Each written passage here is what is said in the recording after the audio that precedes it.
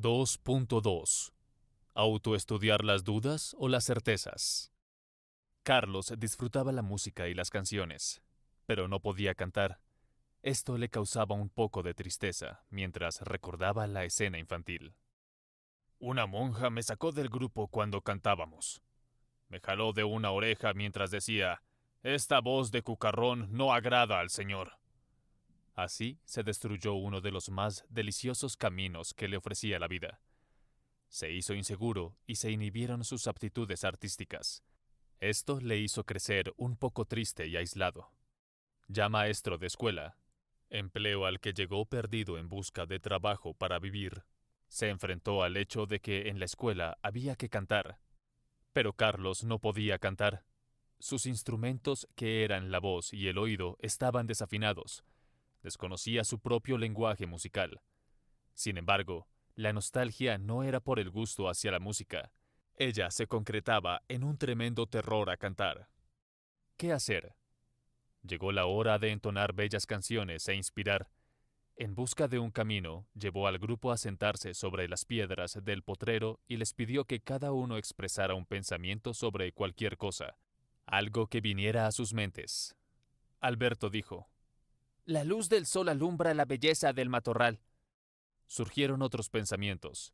Todos fueron escuchados y decidieron cantar el pensamiento de Alberto. Antonio era el más modesto. Poco se le oía, pero aquel día fue el primero. Su voz tenía un timbre que todos desconocían. Cantó solo, un poco tímido, pero agradó tanto que le pidieron repetir, y varios le acompañaron en voz más baja. Carlos quería cantar. Se metió al grupo, soltó la voz, pero desafinó tanto que más bien cayó. Miró uno a uno a sus estudiantes, animándolos a cantar. Cantaron varias veces, corrieron y mejoraron la musicalidad del canto.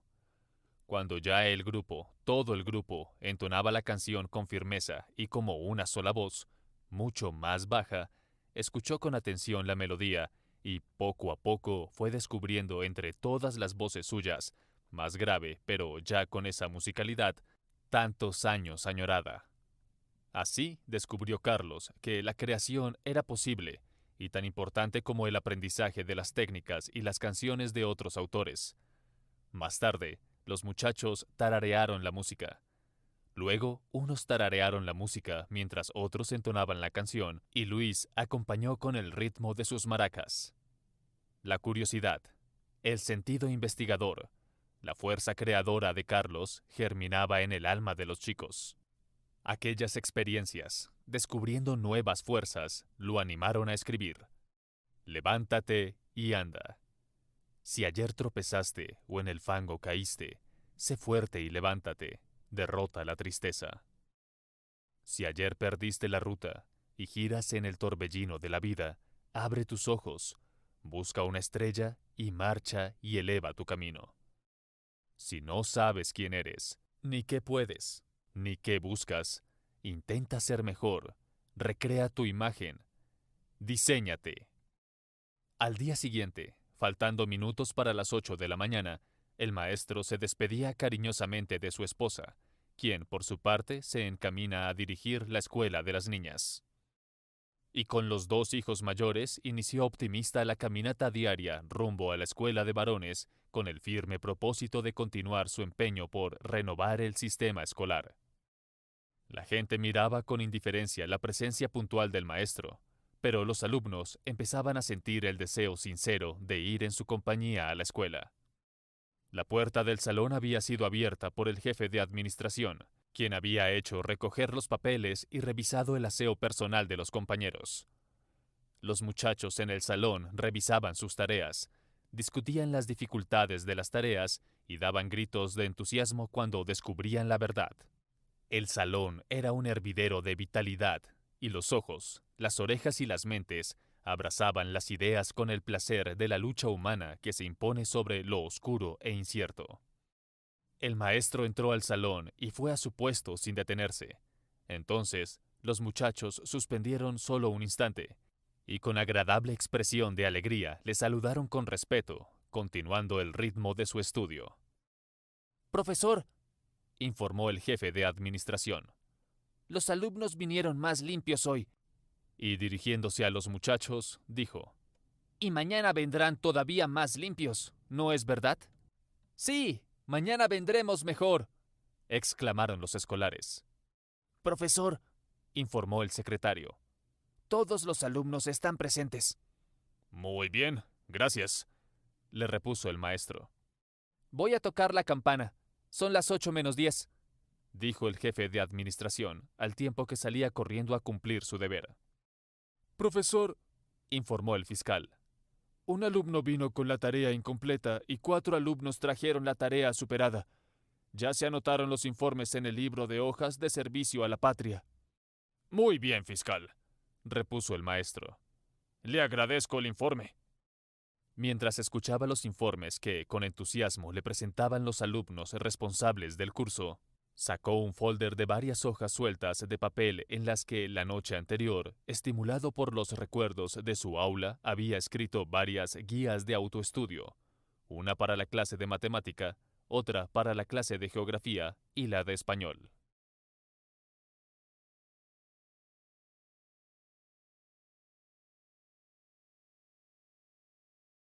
2.3. Interrogar mi contexto para comprender el mundo. Después de numerosos experimentos que venía haciendo en los últimos meses, aquella noche encontró el camino de la ciencia, después de haber dado muchas vueltas desorientado por las lecturas que hizo en los libros de terminología complicada y despistada. El encuentro fue emocionante. Con un salto, un grito y los brazos agitados, despertó a su esposa que descansaba y le dijo: «Mija, encontré lo que buscaba. No sé por qué le di tantas vueltas y es sencillo. Es como cuando uno tiene un pan en la boca y se para buscarlo en la alacena». Entre despierta y dormida, exclamó: Me asustaste, pero ¿qué has encontrado? ¿Acaso dinero? No olvides que este mes el sueldo no alcanzó. Ya no hay mercado. Carlos sintió tristeza. El hambre rondaba su casa. En los hijos había signos de desnutrición, y la piel del maestro estaba opaca, las carnes magras y las energías escasas. Pero venciendo su propia tristeza, se acomodó en la orilla de la cama y le contó a su esposa lo que esa noche había logrado entender. «Mira, lo que nosotros tenemos que hacer es elaborar un listado de problemas concretos de los que viven los niños y las familias de nuestra comunidad. Y luego cogemos cada problema concreto y lo exprimimos como el que aprieta una esponja para que suelte todo el jugo de la ciencia. Sí, con preguntas le sacamos el jugo. Es claro, si producimos decenas de preguntas ordenadas, sacaremos jugo de matemáticas o de ciencias sociales o de español. Es fácil, y los muchachos gozarán entendiendo sus propios problemas. O de otra manera tomamos la práctica y la desmenuzamos con las preguntas. Y luego, los mismos alumnos ordenarán las ideas y las desarrollarán por escrito para producir la teoría». Muy bueno, pero muy complicado, y al gobierno no le va a gustar, comentó Rosalba. «El tiempo nos dará la razón, y con terquedad abriremos el camino», repuso Carlos.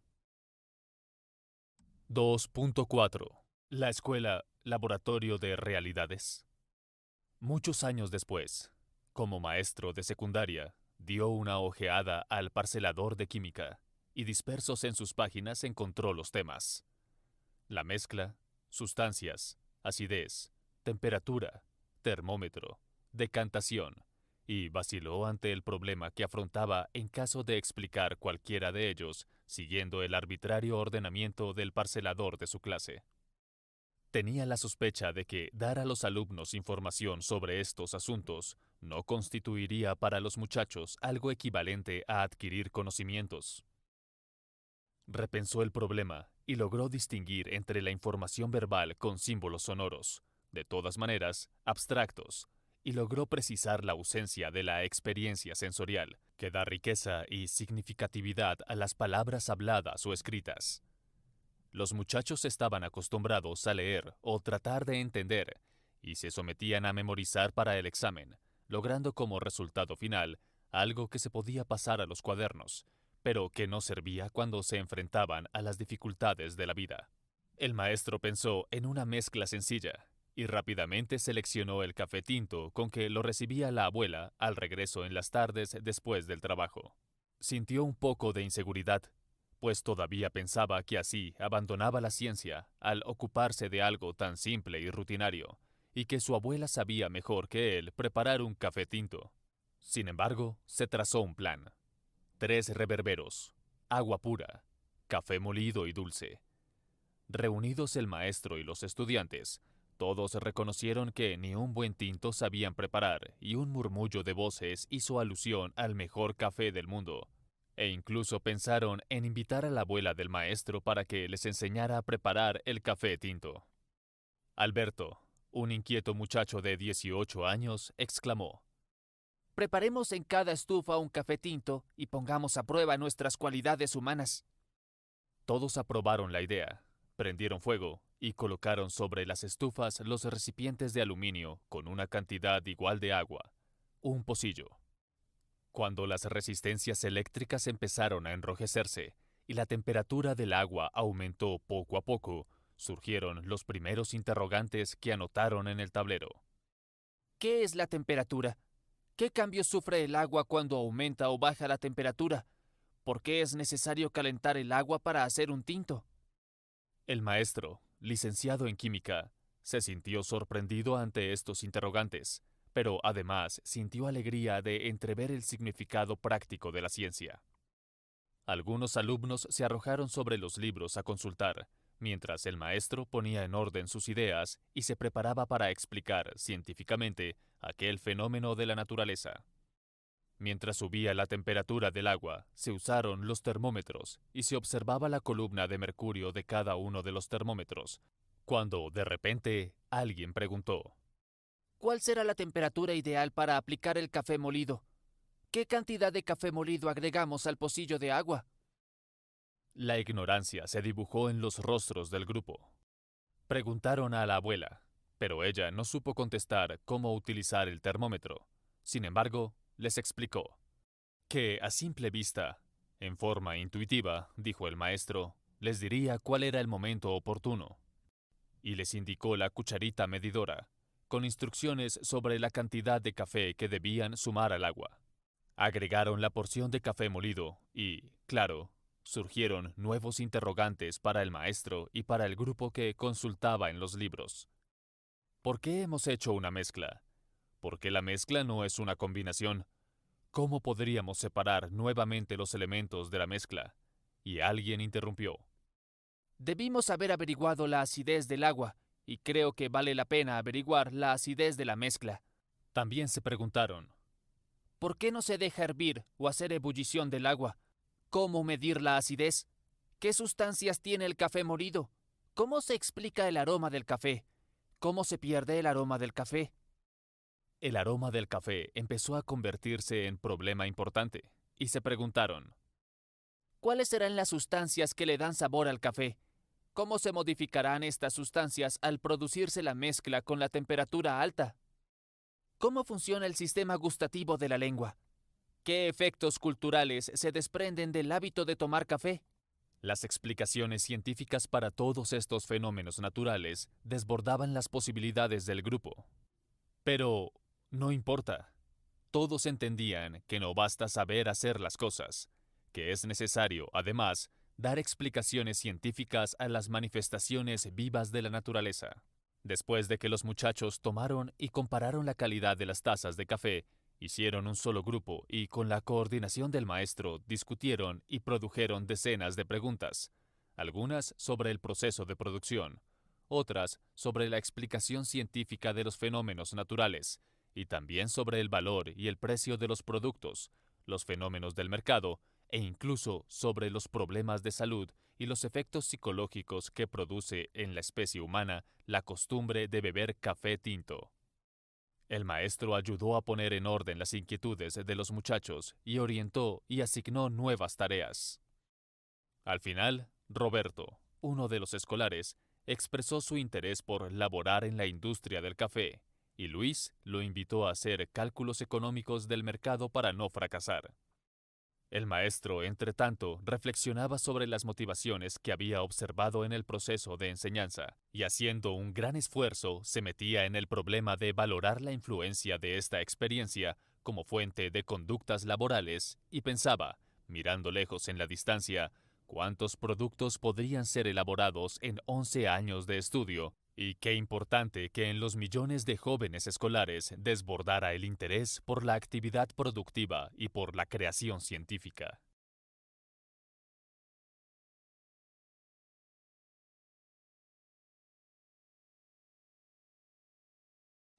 (2.5) Autonomía en grupos.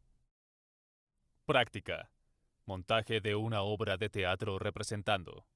Preguntas. ¿Quién? ¿Qué? ¿Con qué intención? ¿Cuánto dinero? ¿Cuánto tiempo? ¿Por qué? Teoría.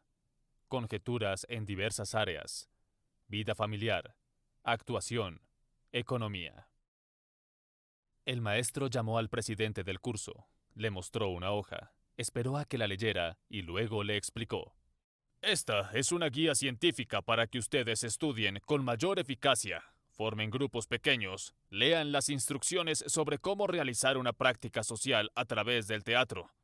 Representen al esposo que elabora en la hacienda, la esposa que hace los oficios en la casa, desde las 5 de la mañana hasta las 9 de la noche sin salario ni prestaciones, sin saber que su esfuerzo se transforma en la preparación física y moral de su esposo para que dé mayor rendimiento en el trabajo para el patrón. Muestren cómo hacen el mercado, qué les cuesta lo que compran, qué les quedó haciendo falta por comprar y por qué no alcanzó el salario.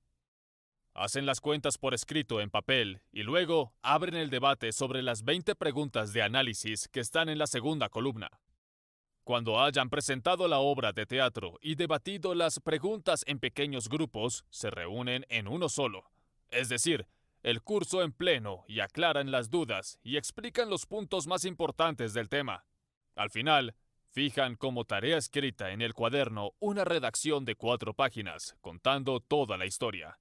Además, cada uno hace la lista del mercado de su casa, con precios y un comentario. El presidente copió la guía en el tablero. Cada alumno la pasó a su cuaderno mientras el maestro pasaba revista a las actividades, orientaba la ortografía y la presentación de los cuadernos. Este ejercicio duró 15 minutos muy provechosos. A continuación, el presidente integró los pequeños grupos. Les pidió que realizaran como práctica el montaje de la obra de teatro que convenieron en menos de 10 minutos, durante los cuales el maestro visitó los grupos, hizo preguntas y breves sugerencias. Acto seguido, se inició la presentación teatral, creación espontánea, prueba de gracia y, a veces, de genialidad, manifestaciones artísticas de la vida espiritual que siempre antes se les había negado. Los muchachos regresaron a sus puestos y en pequeños grupos abrieron el debate sobre las preguntas. ¿Cuánto sumaron los gastos? ¿Qué faltó por comprar? ¿Cuánto dinero hizo falta para comprar un mercado bueno? ¿Por qué no le alcanzó el dinero? ¿Cuál es la diferencia entre lo que compró y lo que necesitaba? En cada grupo era sorprendente la espontaneidad en los movimientos y en los gestos, la rapidez y el entusiasmo con que hacían las cuentas y el gusto con que estudiaban.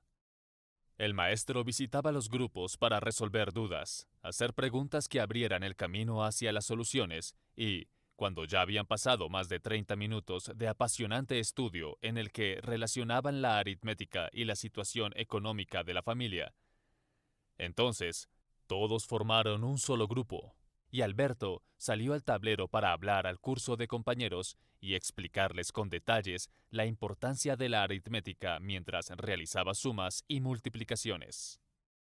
Cuando Alberto terminó su exposición, el maestro pidió a todos los alumnos que cada uno preparara una pregunta sobre el tema, y esperó a que todos estuvieran listos y armados de preguntas que, como dardos, lanzaron una tras otra sobre el blanco de la inteligencia de Alberto, que sintió que hasta sus entrañas se sacudieron sedientas de matemáticas para responder a la presión social de un grupo que, sin proponérselo, elevaba la exigencia de los que hacían preguntas y de quienes las contestaban.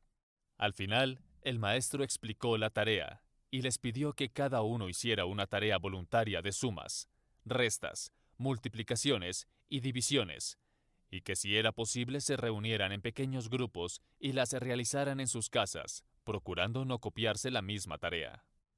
«Cantemos que estamos cansados», sugirió el secretario. El grupo escolar fácilmente combinó una cualquiera de las canciones del repertorio juvenil e hicieron vibrar por los aires las notas musicales que distrajeron la mente del duro terreno de las reflexiones. Los muchachos prosiguieron con ánimo su estudio cada vez más firme y espontáneo. Las mentes juveniles se despejaban. La conciencia empezaba a triunfar sobre la materia, en su lucha por la conquista de la seguridad espiritual. «Se abre la sesión de disciplina», advirtió el presidente. El fiscal sacó el cuaderno de hojas de Servicio a la Patria y leyó. «Orduz no trajo la tarea completa». «¿Por qué le da tanta pereza?», interrogó el maestro. «Yo no sé, profesor», dijo rascándose un hombro. «pero es que yo no le encuentro gracia al estudio».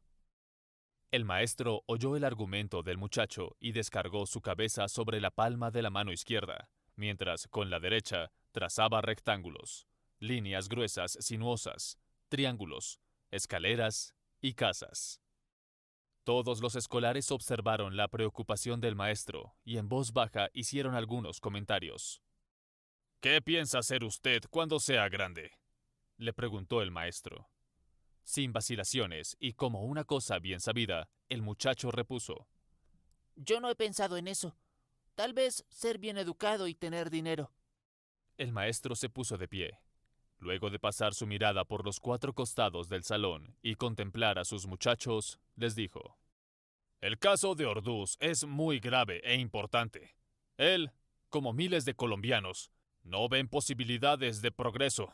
No piensan en el futuro, sino de una manera superficial y sin seguridad, sin esperanza cierta. Las personas así no tienen fe en el porvenir y no se entusiasman. Viven como aburridas. Esa es una causa de la pereza y la falta de juicio del muchacho. Esa es la razón de su indisciplina. ¿Quién va a someterse a las durezas de un viaje si no sabe a dónde va?». «Se abre la discusión sobre lo que dice el profesor», dijo el presidente. «Pues a mí me pasa algo parecido», dijo Marta. «Como uno no sabe qué irá a hacer mañana, uno no se afana. Al fin, para vivir como mi papá, él no sabe leer y ahí está». El maestro sugirió que salieran a recreo. Se fue a dar una caminata y a pensar en la solución para esta grave necesidad de los jóvenes. ¿Podrá sentir alegría y entusiasmo un pueblo que no tiene fe en el porvenir, que no sabe hacia dónde va, que no cree en promesas?, se preguntó el maestro. Es indudable que el proceso social, con todas sus consecuencias, es una condición indispensable para encontrar ánimo y disciplina responsable en la acción de los escolares como en la acción de la nación. Solo una escuela y una sociedad progresistas podrán sacar a flote el inmenso poder creador de las personas y transformar este ambiente de miseria, de vicio e ignorancia, si no en un paraíso de perfecciones, por lo menos sí en un mundo en constante progreso. Este dará felicidad, y esa felicidad es un derecho humano que nadie, por más actitud farisaica o dogmática, puede negar a los hombres. Todos los hombres tenemos igual derecho a ese mínimo de progreso y felicidad. La guía de autoestudio, al ser procesada por los alumnos, generó nuevos fenómenos. Realizar la experiencia fue siempre un apasionante desafío y una demostración de capacidad por la que todos competían. La práctica de la clase entró en crisis por la falta de recursos materiales. La pobreza fue un nuevo y viejo obstáculo. Será necesario que en el futuro un alto porcentaje de la práctica escolar genere riqueza. Entonces, la educación dejaría de ser un gasto y se elevaría a la condición de la más rentable inversión social. El objeto debe cumplirse en toda programación curricular, creando riqueza material, ciencia y valores culturales. Las experiencias realizadas empleando este enfoque curricular y didáctico estimularon la cohesión grupal y la profundidad del análisis, y estimularon una aptitud concretizadora con habilidad para la ordenación conceptual, Pero, además, estas experiencias mostraron las posibilidades de la autoexigencia, la necesidad de un educador con fortaleza y comprensión, autoridad y democracia.